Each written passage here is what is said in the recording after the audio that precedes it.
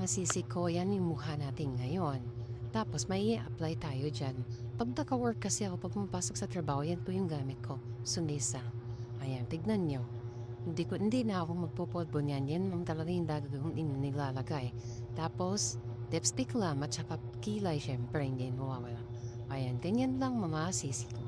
Yan yung mga dilalabay ko, mga nikanik sa mukha ko.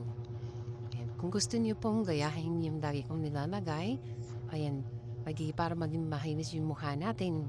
Yan po yung isa sa mga ginagamit ko. Sunesa brand po. Napakaganda niyan mga sis.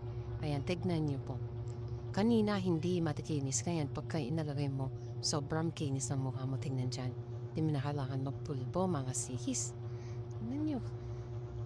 Antayin niyo po matapos yan. Napakaganda. Natural lang din siya tignan ha.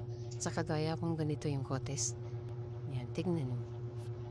Hindi tayo mag-o-eyelin yan. Yung parang natural lang tignan kapag nag-apply tayo. Yan po yung lagi kong ginagamit.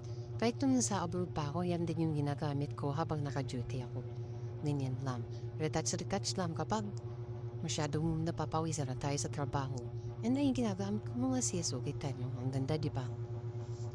Kaya din, sa mga may trabaho dyan, yan din yung gamitin yung mga sis. Ang ganda niyan. Promise, di kayo magsisisi. Tsaka sulit lang yan ha. Buy one, take one na. Nasa 150 lang. O, diba? Kaya check out na. Sunay sa brand.